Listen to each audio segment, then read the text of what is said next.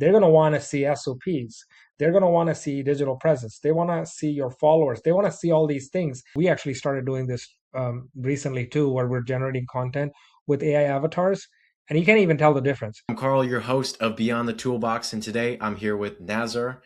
He runs the Roofing Marketer, Tegra Design, Escape Ads, and Eye Care Marketer, but we're going to talk about Roofing Marketer first. Just please introduce yourself and just let us know how you even manage four businesses, because that's crazy to me. Well, it's always crazy at the start. Thanks for having me, Carol. So yeah, I do have a few businesses. People know me as the roofing marketer, like this, and I also have another business called Tegra Design. I started the roofing market about 3 years ago, just because I saw that there's a gap in marketing in the roofing industry specifically. And Tegra Design's been around for about 9, 10 years now. We primarily work with coaches, consultants, and agencies in that business. We run webinars for these people. Yeah, but that's basically it. By gap in the market, do you mean like bad apples in there? Um, well, I don't want to speak ill of others, but I think that roofers, they're primarily sort of, I feel like they're the backbone of the economy because they're in home services. If you don't have a roof, you don't have a home.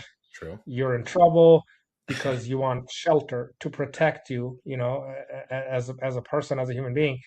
So these folks, they're primarily blue collar. They might not be the literary professor type of person or techie person, but they understand business.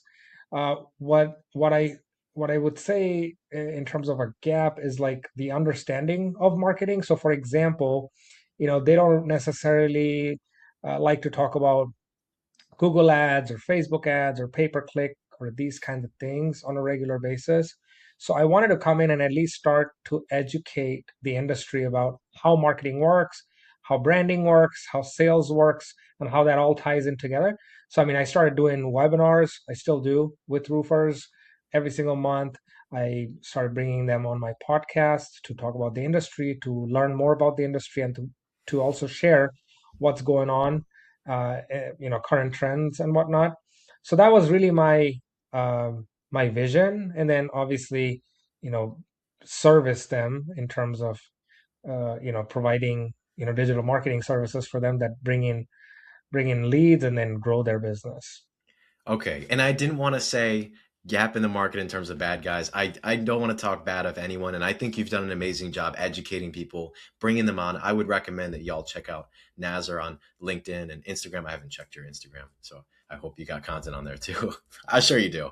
Yeah, we Anyways, do. We do all the social channels, every single one. perfect. Is there by that I wanted to also dig into like what would you recommend a contractor watch out for? Because it breaks my heart having to get in a call with someone and they're like, I just wasted $5,000, I wasted 10,000, wasted $30,000 and nothing back. Like what can people spot before they begin to like not get burned? Do you have any recommendations?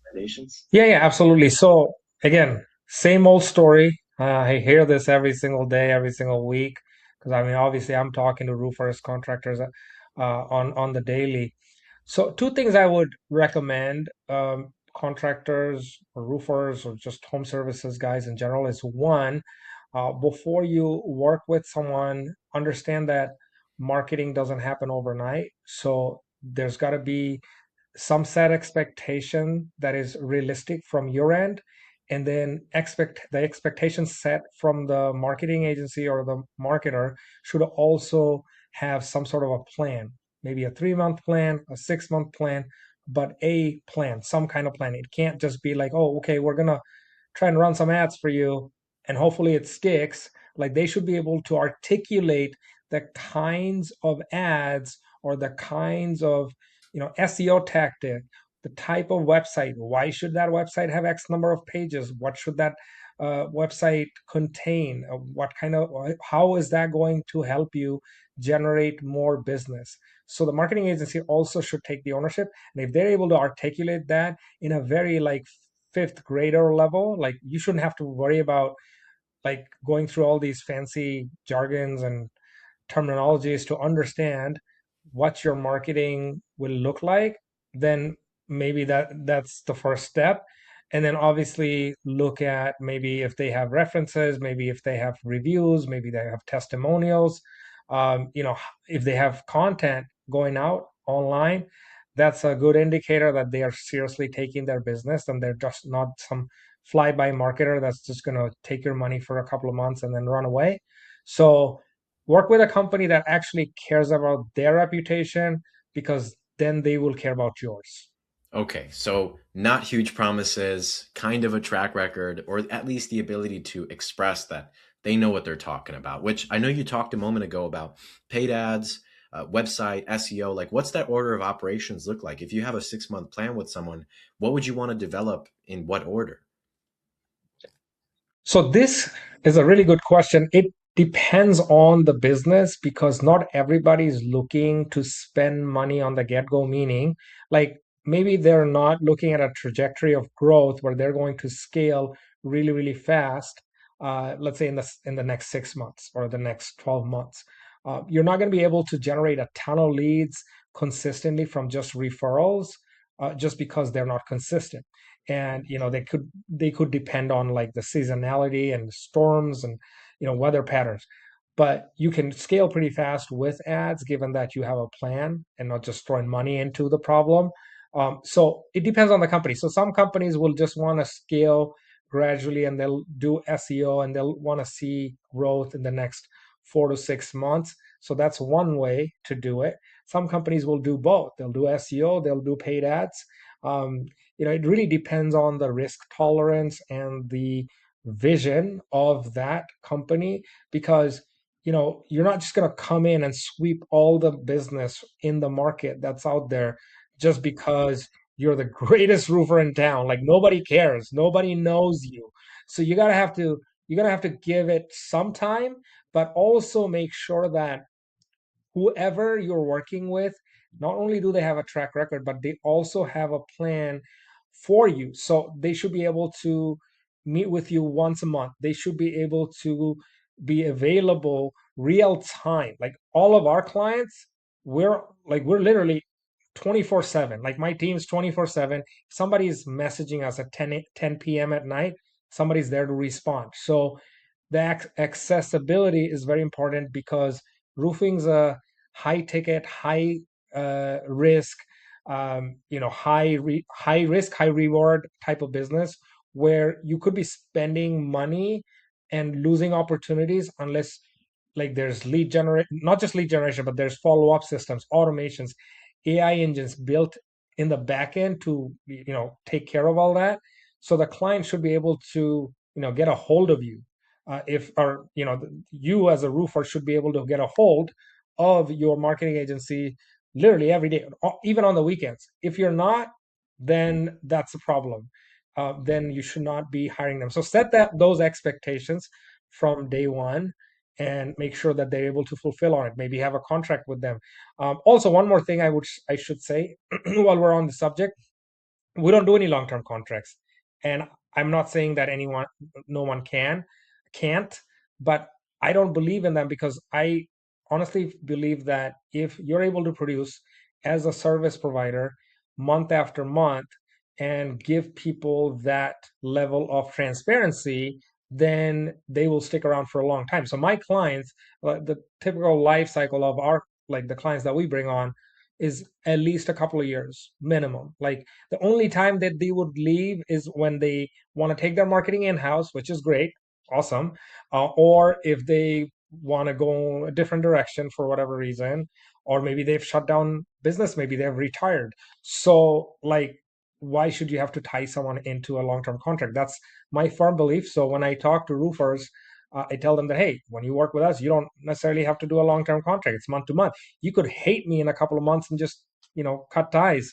Obviously we don't want that. The marketing agency that a roofing company or a contractor works with should have to prove themselves every single week, every single month in order to do business with them. That's my So firm. no huge like upfront, I'll get you the moon for free. No long-term contracts, no, and they should obviously be paying themselves off routinely. Of course, I think 90 days is a great like amount to start with. But of course, I mean, I don't know. Do you agree with me on that one? Do you think 90 days is a Yeah, good? yeah, absolutely. Even with SEO, 90 days is a good timeline, a good runway because you can really like nothing can be planned for a month. Like True. especially in marketing, you cannot do that because think about designing campaigns, setting up campaigns, launching campaigns, measuring results, having meetings, getting feedback. That entire like system has to be built from scratch. And every business, even though I am in roofing, like I do marketing with roofing businesses, every roofing business is different. Some people want to do suburbs, some want to do metropolitan areas, some want to do residential, some want to do uh, commercial. Even within residential, oh, we want to focus on storms, we want to focus on insurance, we want to focus on retail. So like there is like a thousand different combinations of ways that people want to target their audience or their customers. So it's not basically a one size fits all solution. So that's why, because it's custom tailored to your business, your roofing company or your contracting business, you need to be able to give that company the time to produce. Obviously, I'm not saying like, hey, wait 6 months and then something will happen. Yeah, Just wait, just burn like thousands of dollars and then just hope and pray. No, but like work with them, like keep them honest and make sure that they produce every single month. And if the results aren't there, then ask questions like what's going on and what the make sure the expectation that they set aligns with the results that have been produced for you. 100%. And if I could give a personal antidote, I remember working with a company who we want to do 90 days. And first month, it was rough. Second month, it was a little bit better. Third month, it was like all the leads, all the appointments came in on the third month, and then it went off. It was a lot better like that. So that's why I'm also a big believer in the 90 days. But I know you mentioned websites. Can someone get away with like a cheap template? Because another antidote, I remember seeing this really large company down in Florida. I think it was like Palm Beach, huge company. I knew they were a huge company, but they had like, I, to put light terms, it wasn't a great website. Do you think they can get away with it, or do you think they have to have like the location pages, the like more infrastructure around it, or do you think someone can get away with like a little template?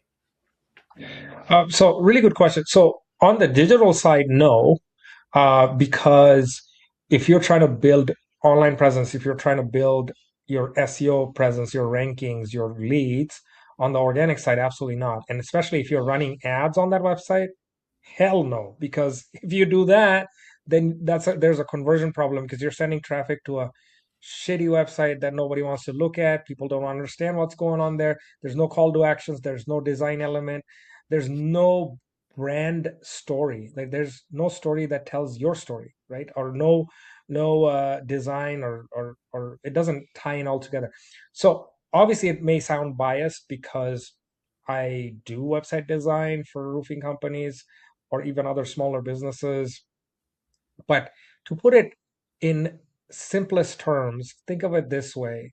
If there was a website that you landed on that doesn't really give you the information that you're looking for, given that it's a roofing website, versus a website that's really nicely laid out, shows you where to go to fill out a form, shows you where to tap to generate a phone call, gives you the information that you need to file your claim or apply for financing, or if you're in a certain suburb area and displays your city, like that automatically resonates with you. You trust that person or that company that, okay, well, I'm in the right place. So obviously you're going to have a higher conversion rate. It's common sense. But there are companies, like you mentioned, Carol, that have built their entire business off of door knocking. Because I mean, roofing, not in all home service businesses, but in roofing, door knocking is very, very common. So people will go door knock, but then door knocking is also not free. Some people think it is, but it's not, because you have to hire sales reps and you have to pay them a salary. Even if you don't pay them a salary, you got to keep them on payroll for like, at least a minimum pay or something, because nobody's going to just door knock for you for months, and they have to get good at it. You have to train them. Training also costs money. So it's not free. Marketing is never going to be free if you think of it that way. So it's just a matter of whether you're going to constantly keep door knocking and how many doors are you going to knock. There's going to be competition there, or whether you're going to also 90% of my clients do door knocking, but then they also do other things beyond just door knocking. They do, SEO, they do paid ads, they do PPC, so it just depends on that business or the founder of that company, which direction they want to go. But yeah, to your initial question, can they get away with the not so great website? Sure, they can, but it's not going to help them build their business long term and build a basically, like, what if your company wants to build a presence and then want to exit? Maybe they want to exit at 15, 20, 30 million, whatever. So if you don't have the pieces together, the pieces of the puzzle, then somebody who's wanting to, like, maybe private equity, which is happening a lot, there's a lot of private equity companies are buying up roofing companies. They're going to want to see SOPs. They're going to want to see digital presence. They want to see your followers. They want to see all these things. These like intrinsic, I guess, um, You get a lower non-tangible assets that you have online, which, by the way, we're in 2026. So for those of you who still think that social media sucks, good luck to you, because I personally didn't like care about social media up until 3 or 4 years ago when I started doing content. But like, to all those guys that don't like want to do this at all, I just say, yeah, good luck, because it's going to bite you sooner than later. We're in the AI, we're not even in the social media. We're not just in the social media era. We're in the AI era, and things are going to move so freaking fast that if you're not you're setting yourself up infrastructurally in 2026, in 3 to 4 years, you're going to vanish. Like, you're just going to true. disappear into thin air. So that's just reality, whether you accept it or not. I know too many companies who still schedule on notebooks, and no ill will. I don't want to say that, but it's sad to see because it's like I know what's coming, but you're not. I can't force you to jump on a CRM. Which you talked about AI automations or like AI infrastructure and also helping them out in the back end. Have you guys like seen any good solutions that AI could, I guess, problems that AI could plug into? If that kind of makes sense. Have you guys seen any great? Yeah, so it depends on the scale of systems too. So again, I like to say that try not to automate things that don't need to be automated, but then automate things that you do at scale repetitively that take up a lot of time that can be automated. So an example of that could be, like, for example, follow-ups. Easy thing to automate. You get the person's information and the system sends out text messages and emails for you, lead nurture for you. You don't have to do that manually. In fact, you even can't, because it's impossible to keep track of hundreds and thousands of customers. So that you can automate. As far as like AI solutions, I mean, there's so many applications of AI. Most people think that, oh, okay, you're using AI to generate like a set of answers to questions that you're asking it. Like, it's not a chat bot, it's more than that. So for example, like, we use it on our business to generate frameworks for content, for video content, and it actually gives us like the breakdown of what types of content, what goes viral, what types of hooks, like pretty much the entire thing. So that's one example. But like, for roofing companies specifically, I would say AI can help you build out dashboards that show you what amount of leads are coming in, what percentage of those are closing. Just basically aggregate the data for you so you're able to easily make decisions daily, and that will save you a lot. Like, it will basically make it very easy for you to understand where your business is heading, or where it's not heading, for that matter. So yeah, I mean, there's many different applications of AI. We've automated a bunch of our processes, but again, certain things like, somebody, if we send an invite to, especially for the webinars, we send invites, right? When we send invite, and this is for my other business, Tegra Design. So when we send invites, some people, about 0.001% of people, unsubscribe. Could we automate that? Could we have a bot read through all the unsubscriptions? By the way, someone could unsubscribe saying, unsubscribe, remove me, I don't like this, stop doing this, whatever it is. So people like to catch all those variations, we could use an AI, but then we tried to do that. It was using up so many AI credits, it was costing an arm and a leg, and it was like overkill. So I'm like, hey, how many times do we even get on subscription requests? Barely.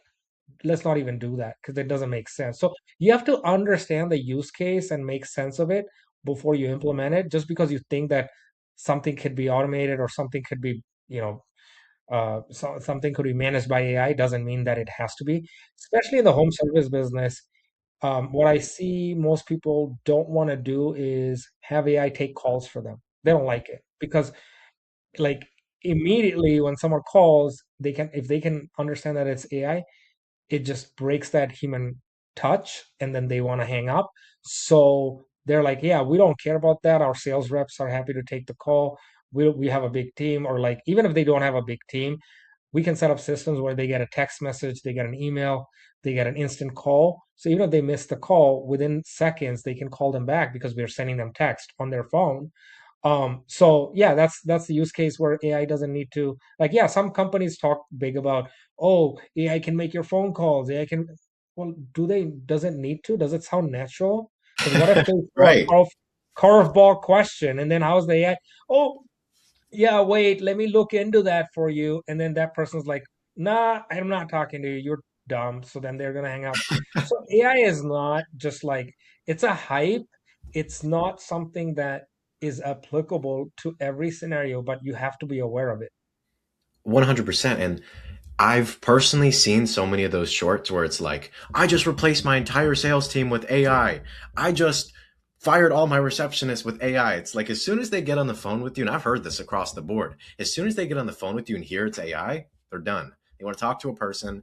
It's like talking to a robot a couple years ago where it was like, click this button to talk with someone and they just hung up. And I still see that happening, which answer the phones, y'all. But how aggressive should roofing companies be about getting reviews? Because I've seen great results for LSA. Like if you just get more reviews, like what are some tips to get more reviews for their roofing company? Do you have any? Yeah, yeah, absolutely. So that's a good question because we actually do this for roofing companies. Kind of a plug for us, guys. The roofing marketer does this. So if you're watching, just kidding. So what we do is this: when a roofer finishes a job, that gets a certain state in their CRM. It could be job Nimbus, could be, I don't know, like Jobber or Yeah. AccuLinks or whatever they're using. So it gets to a certain stage, like paid state or invoiced or whatever. So they already know that this job is completed, whether it's a repair, replacement, whatever it may be. Now, what we want to do is send a text message to the customer asking them about their experience. We don't ask them for their review because that's kind of a little bit intrusive. Once they have given us a rating, which is usually 1 to 5, and again, this is all automated, then they get the review request because now they're satisfied with the service. So you always want to ask the customer about how their experience was before you go ahead and ask them for a review. So this is 100% automated, and the system actually picks up where it left off. So it keeps asking them for their rating and then eventually their review. So that can exponentially increase the count, the review count. But also, what it can do, this is an application of AI, is the AI can go in and now answer the review for you automatically I have based on seen the that. avatar that you have created for the type of tonality in that person's review. So, we're doing that already, but the reviews are obviously very important because of two reasons. One, trust factor. Two, direct impact on your SEO, direct impact on your LSA ads, just like you were saying. So, you know, get more reviews. Now, if you had to bet on what's coming in the end of 2026, because we got like what, 6 more months, or not six, 8 months until the year is over. What do you see coming in the next year for marketing for home service businesses? Because I feel like the market is getting a lot more sophisticated right now. I say that because I see a lot of people still offering free quotes, or they don't have follow up processes. They don't have very much sophistication in their software. Do you see like a shift towards like consolidation and sophistication, or what are you seeing? So already this is happening. So there's a ton of tools out there. Like for example, you can get instant quotation because people are like the span of human beings are just reducing at a rate of knots. And so some of the things that are already happening, for example, is nobody cares about free inspections anymore. They care about getting to know the information before they make a decision, so they can do research, so they can call you, or do their due diligence. So a tool that we use a lot in a lot of the websites of our roofing clients is an instant quotation tools, which is like a widget, a third party integration that basically takes satellite imagery, and based on the imagery, it measures the slope, the angles, the squares on the roof, and then it gives you an instant estimate quotation. I think this is going to get more and more accurate, in the next 6 months or a year, because that technology is now evolving really, really fast. So I think having people giving people more information right from the comfort of their beds, their couches, their homes, instead of having them go through or jump through hoops, is going to be key, because the easier you make it for your audience, for your target customer, the easier they're going to want to respond. The social media aspect. So, like a lot of companies I've noticed, not a lot, but a fair amount, they're starting to build out content, UGC content, user generated content with AI avatars, and it's getting scary good that you can't even tell the difference, but it's not there yet, but it's getting really, really damn close. So like I've seen founders do videos next to roofs or even on top of roofs with their AI avatars. And because it takes a lot of time to do content, there's a lot of agencies that do this. We actually started doing this recently too, where we're generating content with AI avatars, and you can't even tell the difference. This is going to get more and more common, because people are going to get, as people get busy, as they want more of their time back, and they don't want to be out in the field just shooting all day doing things. They're going to want to switch to AI generated content that looks like them, but isn't them, but then does the same thing. So this is going to be the new normal very soon. Hmm. I haven't, I'm in a lot of groups because we do a lot more pay per lead, and I see all sorts of, from black hat angles where it's like someone pretending like it's a senator saying something, and it's getting good, but I feel like it's there yet, but it's not, because I feel like people can still really tell when it's AI, and they automatically start commenting AI, and they get upset. So I don't know. I don't think we're there yet, but I do. That's a interesting prediction. I do see that coming though, especially with the amount No, of data. you're right. You're right. We're not there yet. Absolutely not. We're not there yet for two reasons. One is because it costs, I don't know if you know this, every time we use AI, we're polluting the environment, for one, Yeah. and it uses tremendous amount of energy, because it's just computers, just because it's servers, it's infrastructure, and that causes a lot of that creates a lot of what's it called, heat. Like Hmm. basically, the output creates a lot of heat, and that heat has to be cooled, and that uses water to cool the systems, right? So we are using a lot of power to generate the results right now, because the AI engines or the AI systems are not at that capacity where the cost of that is going to be very, very low. Even to build AI movies, AI content right now, it's kind of expensive. And that's why people are not using it as much, because it's going to cost you money every time you generate a video, right? So, but that is going to get better as the models improve.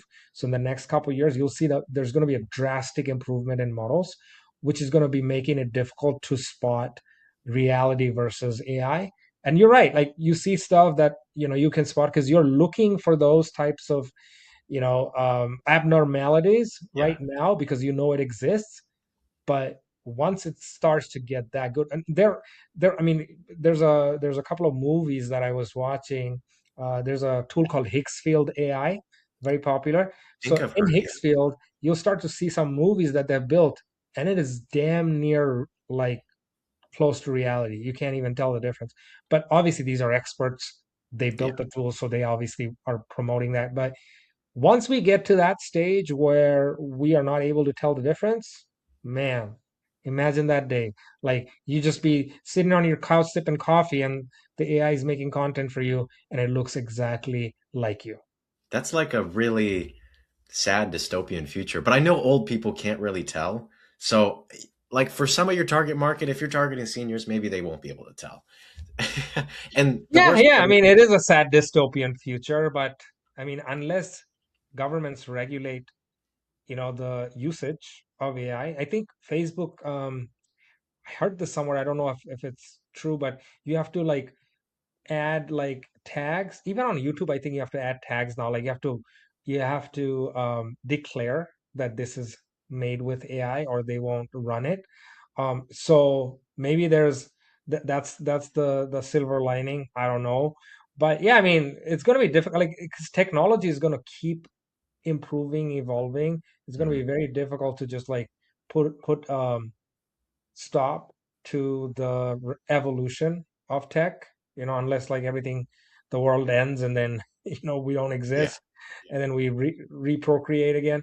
So, yeah, I mean, it's going to happen, but it's not going to happen right away. But if you think that this is never going to happen, like that AI is never going to, like, that is a fallacy and a kind of you're living a fool's dream, so to speak. If you're so uh high strung about that opinion that, oh, okay, this is never going to happen. Well, it is going to happen. It's not. So I say this: it is not a matter of if it will happen. It is a matter of when it will happen, because it will happen. not only that, I would warn against relying on AI for right now, just because all the tokens are so subsidized. I don't know if some people know this, but if you look this up, like most AI, actually all AI tokens are incredibly subsidized. Your $20 a month Claude subscription should be more like $200 a month. So don't rely on it too much. That's my recommendation. I Yeah, it really is coming soon. It's coming soon, and we're gonna have. But I really don't think it's gonna take over a lot of marketing because I know some people are like, "Why would you get into marketing? Like AI is gonna take that over." Like Meta just recently released an AI connector, so you can now connect Claude to your ads manager, so it could just start doing its thing. They released that like a couple days ago, but and Mark Zuckerberg, he was like, you can just plug your card in and you're going to just start getting leads and it's going to work. I just don't see that coming soon ever because if everyone's using the same AI, how are you going to be better than your competition? How are you going to be more creative? I just don't see that, but I do see a huge shift towards creative strategists. I'll tell you something. So, just, I mean, if we want to take a step, if we want to take a step back from just the whole AI revolution thing and just talk about Facebook for a second. Facebook hasn't really made massive changes to its platform in the last 15 years. And No, I was Andromeda there when update was Facebook. big. Yeah, they haven't been big. So to pretend or to like say that as a claim, I would be skeptical. Like, you haven't even improved the platform that much. Like, it's still the same old marketplace. It's the same old groups. It's the same old. Because I mean, Facebook. Think about it. Facebook is not just ads. It's marketplace. It's groups. It's communities. It's your profile. It's your business page. Like, there's so many things. So they built Facebook into a monster, which is why people use it and why it's so hard to get off of it. Like, Facebook is nothing, no comparison to like a Snapchat or a TikTok or something, because you have to build the infrastructure. And they built the infrastructure very early on. They saw this. So now it's very difficult to not be on it. So you're dependent on Facebook. I get it. But for AI to take over all your campaigns, I'd be totally skeptical. It takes time. Yeah, and I mean, Meta Andromeda update was kind of big. Like, there's this whole like talk about how your ads enter this field, and it's like more it looks like this person or whatever, it gets connected to them. So that's like advanced media buying stuff that I honestly don't think is that important right now. Honestly, to switch back to roofers, what do you think a roofing company should be spending if they're in between that $2 to $10 million a year range? Really good question. So I will say this that after doing this for almost 3 years now and working with roofers in many different markets across the country, we probably worked with over 100 roofers. I will tell you this that the amount spent on marketing like drastically varies by markets and the scale of the size and scale of the business. So and then what stage they're at in terms of scaling. So I have clients that spend ten to $15,000 a month on marketing every single month, and I have clients that spend 20, $30,000 a month. Bigger companies that have multiple locations. I have companies that spend 5 grand a month, 3 grand a month. So it really depends on the company and where they're at. Unfortunately, there isn't because like the thing is, if you're running Google Ads, for example, a roofer in Boston or near Boston will have different click-through rates and cost per click than a roofer in, let's say, Florida, which is a very high, second largest roofing market in the country after Texas. So again, it varies massively based on the location and based on the scale of the business.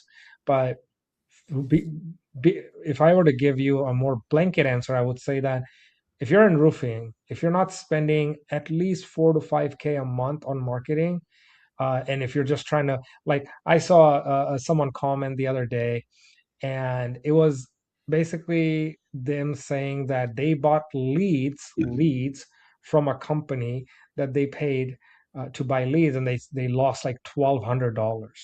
I'm like, this guy's not even serious. Like, okay, Oh, I so you saw bought that. lead. I saw your comment on that. So who are you kidding? Like that in the larger scheme of things, yeah, $1,200. I mean, $1 expensive, five Mhm. dollars expensive. So, but I mean, to put this into context, if you sell a roof, like I've talked to enough roofers to know this, if you sell a roof, you're gonna make at the bare minimum 3,500 to about 10 grand, depending on the size of the roof, right? If you sell a $12,000 roof, you're probably coming in at about, 3, 4 grand in profit. So having said that, why do you expect? And again, I think roofers are to blame for this, and guys don't hate me for saying this.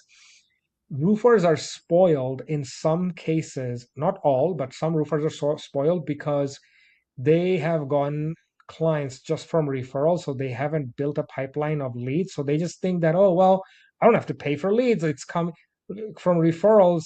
Well, those referrals are coming from the fact that you've built a brand, built a business, built connections, and that takes time, and time costs money. So that's not free either. Yes, you're not paying for it right now, but you did pay for it. But in all honesty, because some of these roofers have never really scaled past maybe 500,000 or a million, and you can get to a $1 million valuation by just doing some door knocking, some referrals, and you'll get to that. That's not hard. I mean, that's like literally like 6 roofs a month, like 6 roofs, dude, like in a month. And you'll get to a million because the roofs are 20, $25,000 worth, or 15, 20,000. So that's 6 roofs. That's $100,000 a month. 100,000 times 12, that's $1.2 million in revenue. Easy math. Anybody can get to that. Not a problem because in the roofing business anyway.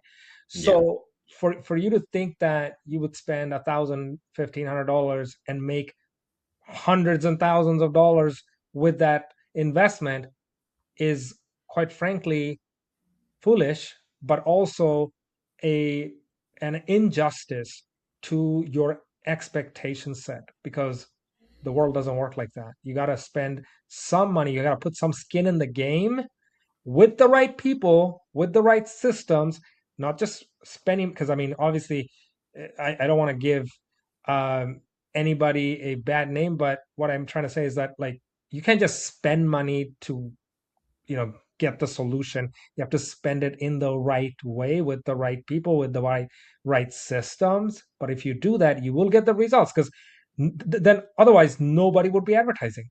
The entire industry would be just like sitting on their butts and just be like, okay, well, let those, okay, comrade, let the referrals come in. I'll just sit on my throne and make sure like everything works out. Like, No, it doesn't. You got to spend some money on marketing.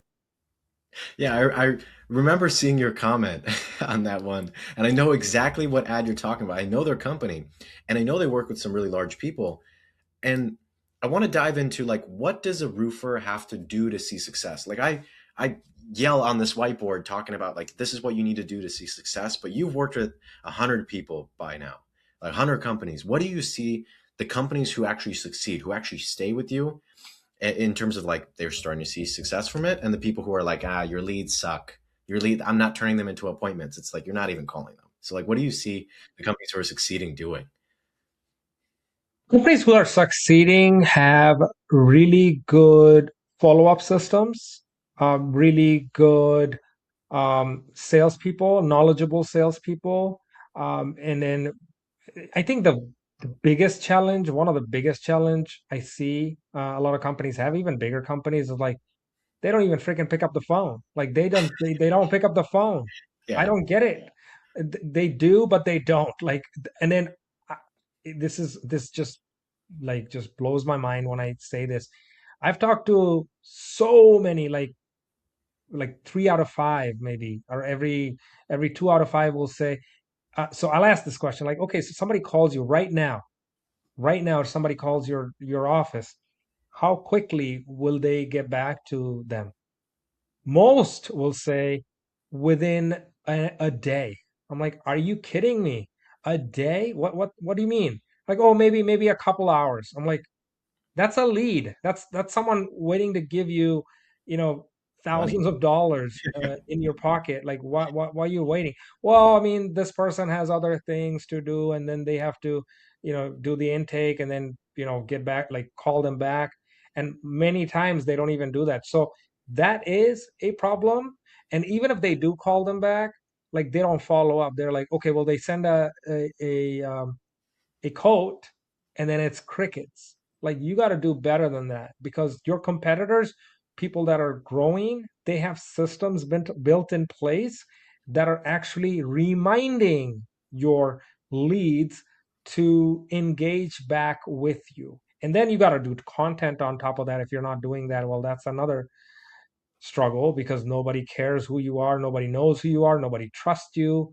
You have zero digital footprint on Facebook, on Instagram, on YouTube, on LinkedIn, even like at least pick two channels. You can pick maybe Facebook and Instagram and then maybe grow. So it is hard. You can't just be an operator in the business and expect it to grow. You have to be a business owner versus an operator, which a lot of roofers aren't. Like they are in the business like day in, day out. They're just running the operations. They're like literally a um glorified operations manager.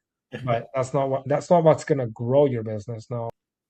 Yeah, I've across the board, if you do not have systems to consistently set leads and close them, don't bother hitting any of us up asking for marketing. Just don't do it. You're going to waste your money and then you're going to hate us and be like, why are you wasting my money? It's like, I'm sorry, but I can't help. I can't fix a broken pipeline, which it's sad, but it happens. And that's kind of the difference. I feel like it's not just like, oh, the PE companies are taking over. I just feel like there's a skill gap that's coming with a company who is sophisticated. They understand how to set up a setting process, which isn't that difficult, but they have like a level of sophistication that's just taking you out of the water. And it's not the PE companies.